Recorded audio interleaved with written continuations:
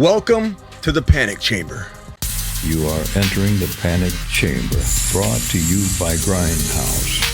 Vintage movie tees and hoodies. On today's episode of the Panic Chamber, we're going through all these names right here, tossing them in the Panic Chamber and closing the doors if in fact they deserve a little panic. Now, in some of these cases, I'm going to shoot the panic down and we're not putting them in the Panic Chamber. That's what the episode's all about. And exciting news, the sponsorship with Grindhouse from today. Moving forward through the entire season, we're giving away weekly hoodies and t-shirts from all these epic movies from over 40 years ago. Movies and tees straight from the attic. Motion detected at the backyard. Oh, our food's here. In the backyard. That sounds a little scary. Right when Grindhouse apparel is on screen, there's some movement in the backyard. Sounds like a beast or Godzilla to me. You too can have Grindhouse in your backyard. Go to grindhouse.com down at the bottom of the screen. But stay tuned because we're giving away hoodies, t-shirts, and all this apparel all season long on behalf of our people at Grindhouse. Go to grindhaus.com, like them on Instagram, and get ready for some giveaways. This is giveaway number 1, this Beast Red hoodie. It's absolutely phenomenal. How do you win it? Stay tuned. Monday, I'll be announcing how to win this hoodie. On to number 1, let's talk about Antonio Gibson. This man is somebody we need to start panicking on, people, and I'm going to tell you why. Number 1, we already faded him several weeks ago, and we shoved him out of the 3rd and 4th round. We did an emergency live stream on it, and we said, stay away from Gibson. He fell into round 6, and late round 5, we started gobbling him up again. We thought, okay, now he's going in 5 and 6, but this guy, Brian Robinson, isn't going anywhere. He's now the goal line back already and looking like a potential problem for Gibson in terms of the early down work in general. I'm really not feeling Gibson moving forward. If he fell to round 7, I may still take a chance on him. If I can get Robinson and Gibson together as a cuff in like round 7 and 8, I might actually attack that in a situation where I put myself in a bind at running back 2. So assuming you can't cuff Robinson to Gibson at 7 and 8 round value or 7 and 9 round value, because it's tough to know where Robinson's going to go. He might start going higher than Gibson at some point, but if you can cuff them together, it's okay. But assuming you can't, I'm staying away from Gibson, and I think it's time to put him in the Panic Chamber for the remainder of the offseason heading into week 1. Gibson, we are panicking on you, young man. Next up, we're going to talk about a guy named Joseph Cigar Smoking Burrow. Now, a lot of you are for some reason putting him in said Panic Chamber, and I don't know why. I can't for the life of me figure out why he's falling in value. Some of it is that Trey Lance and Jalen Hurts are rising, and that's natural to see somebody fall when a couple other players are rising. But I'm telling you right now, Joe Burrow wins leagues for people in 2022 in the 6th round, let alone round 7. He's falling to round 7 in best ball drafts, and you can get on over to Underdog Fantasy, by the way. Take full advantage of all these value drops like Joe Burrow in round 6, 7. He's falling in round 7 on the regular in these Best Ball Mania 3 leagues where you can win $2 million for first place, $1 million for second place, and Joe Burrow is a screaming steal. I'm all about Joe Burrow in these best ball drafts. Promo code Smitty. They'll match up to $100 on your first deposit. You can win a league. You could win one of those cash money spots on the back of Joe Burrow in round 6, 7. Jalen Hurts, Trey Lance, I get it why maybe Burrow's falling, but the appendectomy and people worrying about how he's going to do in week 1 or something like that might be triggering people to just kind of back off from Joe Burrow. But all it's going to take is one throw, one update, one piece of news, one amazing throw and catch from Joe Burrow to Jamar Chase, and then we're going to see it climb back into the top of 6. So take advantage of it while you can. But I'm telling you right now, the best value in fantasy football 2022 is Joseph Burrow. So while everybody else is freaking out about Joe Burrow, we're not putting him in the Panic Chamber. Absolutely not. Joe Burrow, you are safe, pal. You are safe. Burrow could throw for 45 touchdown passes. He's going to improve. He's going to take another step forward. He had an ACL injury he was recovering from, a bad offensive line, which they improved. And then Jamar Chase is going to take another step forward. Both Burrow and Chase are going to take steps forward. Even Higgins, the entire offense, it's amazing that people are trying to cap the upside when we might just be scratching the surface. Joe Burrow could be the #1 overall scorer in fantasy football 2022, and you're getting him in the 6th round. Maybe 7th. Do the math. It's the best pick in fantasy football 2022, period. And we're going to close these doors without you in it.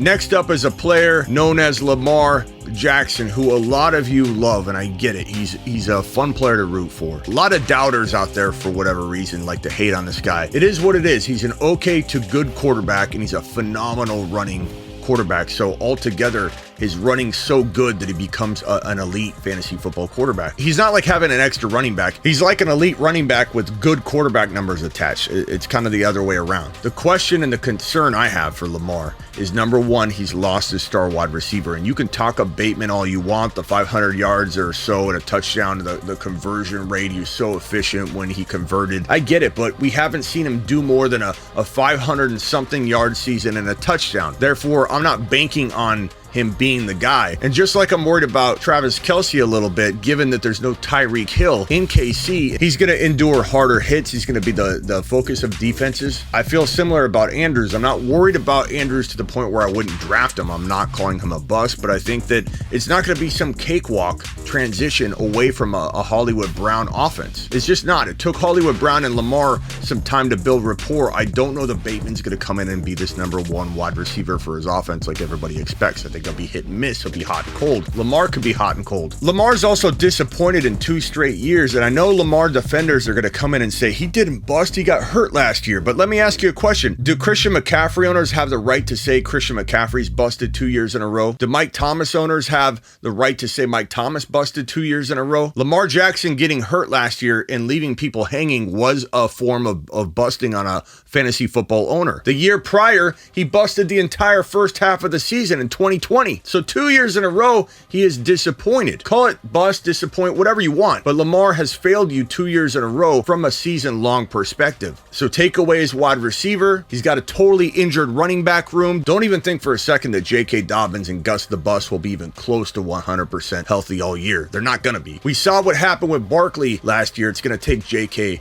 a lot of time, and he's an injury-prone player to begin with, coming back from an ACL tear, rushing himself as quick as he can, because coming back after 1 year or less from an ACL tear is rushing, whether you want to believe it or not. That's why players sit out a lot of practices during the week, especially in the first half of the season, because of the swelling. Why does your knee swell? When you damage your ACL, you can see on the back of the knee, the ACL, there's a lot of swelling that goes on to protect the knee. Your knee swells up as a defense mechanism, a way to kind of provide support, almost like an air cast. It's like shove a lot of fluid and let's support this thing. Let's keep it protected. You only have swelling every week because you're pushing your body and doing things that naturally you shouldn't be doing. You shouldn't be coming back from an ACL tear and playing professional football at the running back position less than a year removed or right at a year removed. But they are NFL athletes, and running backs have a short shelf life, so they're going to do it. And some of them succeed doing it, and they can play all year long doing it.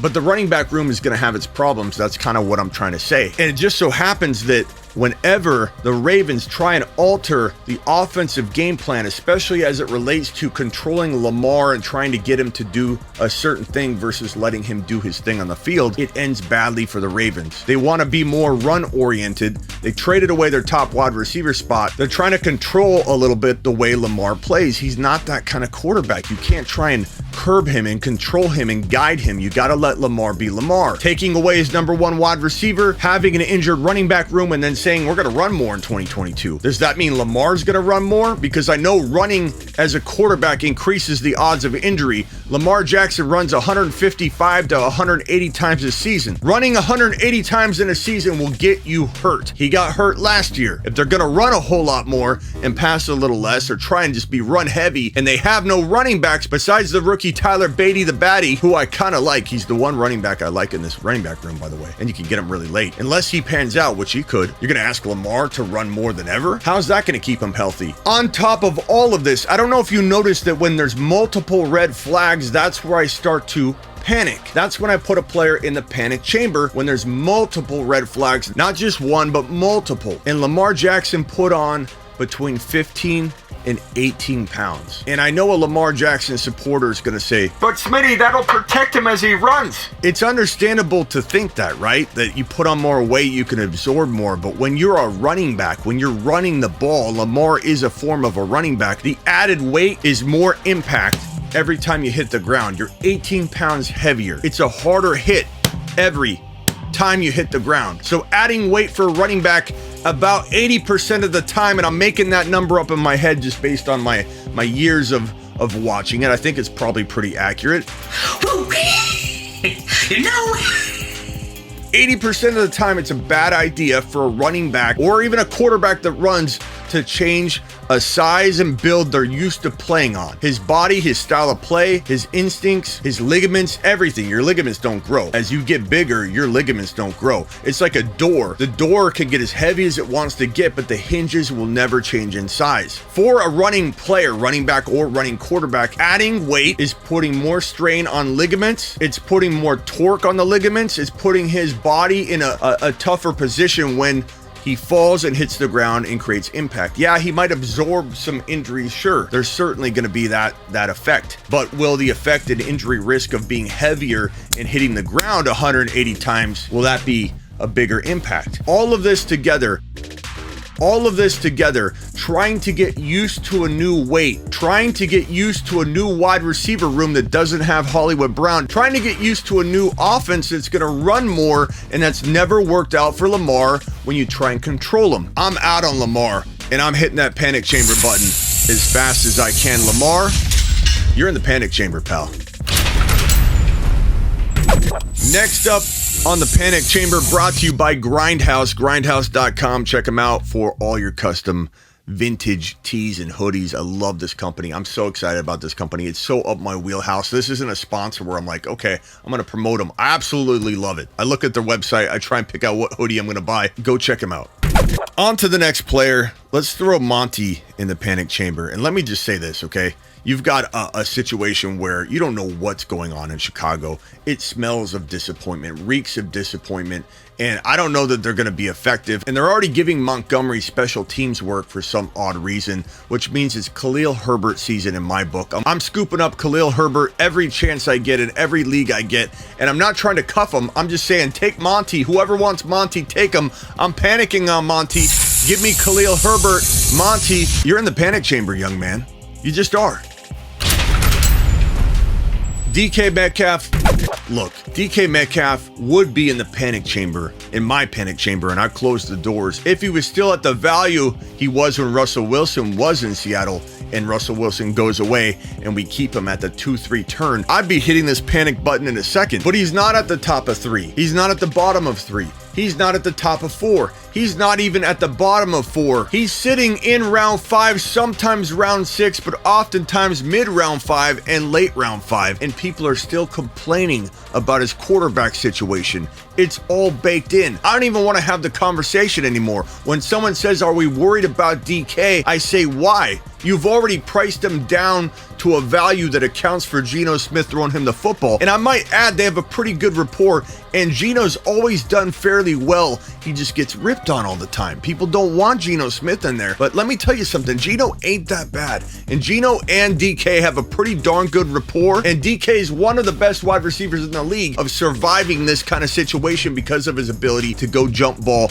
with anybody. So give me DK in round 5 all day long. And why don't I just say this? He might win you a league in round 5. So DK Metcalf, you're not in the panic chamber, young man. DK, you are safe. You are safe. Lenny Fournette, you are in the panic chamber because you're Lenny, okay? You're disappointment Lenny. Don't get mad at me if you're a Leonard Fournette believer, but he disappointed in Jacksonville. He disappoints kind of in general all the time. In Tampa, people just don't want to acknowledge it. He comes in overweight pretty much every season, has to drop all the LBs and put his body in a vulnerable spot because dropping weight really quick and then getting hit is not a good recipe for keeping your older body that's aging every year healthy. So I think injuries very likely for Fournette. A lot of the Fournette believers are going to come back and say, Smitty, you got lucky. He got hurt. You can't predict injury. We can avoid injury the best we can. And with Leonard Fournette looking over his shoulder because this Rachaad White guy is here to potentially win leagues. Rachaad White is the best wide receiver of the running backs on this roster. And might I say he's the best wide receiver in the entire 2022 draft class of the running backs. Might I add that Etienne and Rachaad White are two of the best pass-catching running backs to come out of the NFL draft in quite some time. And keep in mind why the Bucs wanted to get another running back in there that can catch the football. Leonard Fournette, there's reports all over the place on this. Leonard Fournette's constantly lining up or ending up in the wrong place on a passing play. It's not one time, it's a constant thing. It's one thing I've heard from the little birdies that I do talk to that I trust with this information, closer to the situation than I am, telling me that Tom Brady himself wants this solved, the pass catching problem in the running back room. That's why over a year ago they brought in Giovanni Bernard, if you remember. That didn't work. Tom Brady wants it solved. They draft Rachaad White. Ironically, the best pass catching back in the entire draft. Little ironic, isn't it, if they're not planning on using him on third down? Think about it. It's logical. Don't get emotional. Think logically, not with your heart if you love Leonard Fournette. The receiving duties are going to be bye-bye very soon for Leonard Fournette and in the hands of Rachaad Moon Man White. Lenny Fournette, you are in the panic chamber. I don't know if you can kind of see the little cluster of players we got right here for part 2. So look for these guys. Maybe I'll add one, maybe I won't. But these guys right here are going to be a part of part 2. Look for it tomorrow evening, potentially. I'll drop it on a premiere just like I did on this one. Panic Chamber coming part 2. Don't forget to check out our amazing sponsor, Grindhouse. Go to grindhouse.com. And get on over to thefantasyfootballshow.com right there and get your lifetime membership, your one-on-one text device, your bold predictions, your rankings, everything you can get your hands on to win and dominate your league. The one-on-one text device is absolutely phenomenal. Get on that. Order it. Text me one-on-one on demand. Let's win your league, shall we? Underdog Fantasy, link below. Take advantage of all these values in a best ball. And let me tell you something. If injury strikes your team in your regular league, you're going to want something to turn to. In best ball, you could do a bunch of these drafts, no lineups, no waivers, and you can still have fun on Sundays if injury strikes your team or teams. How many times have you had your teams get hit with an injury because you may have drafted the same player on a couple teams and you have nothing to play for in week 8? You're depressed and you're like, what could I do? I'm never doing this again. If you've got some best ball teams lined up, ready to go, you can follow them. Again, it's easy. No waivers, no lineups. It's optimal scoring. It's the best way to safeguard your entire season to make sure you have goodness all year long. So jump on over and you can drop some props. So if you want to do a prop contest, you can do a 5-player prop and get that 20 times multiplier going. Link is in the description. Use promo code Smitty to get that $100 match up to $100 on your first deposit. So if you deposit 50, you're going to get 50. If you deposit 100, you're going to get 100. Get ready for that part 2 episode of the Panic Chamber. Let's go. This is the Fantasy Football Show with your host, Smitty.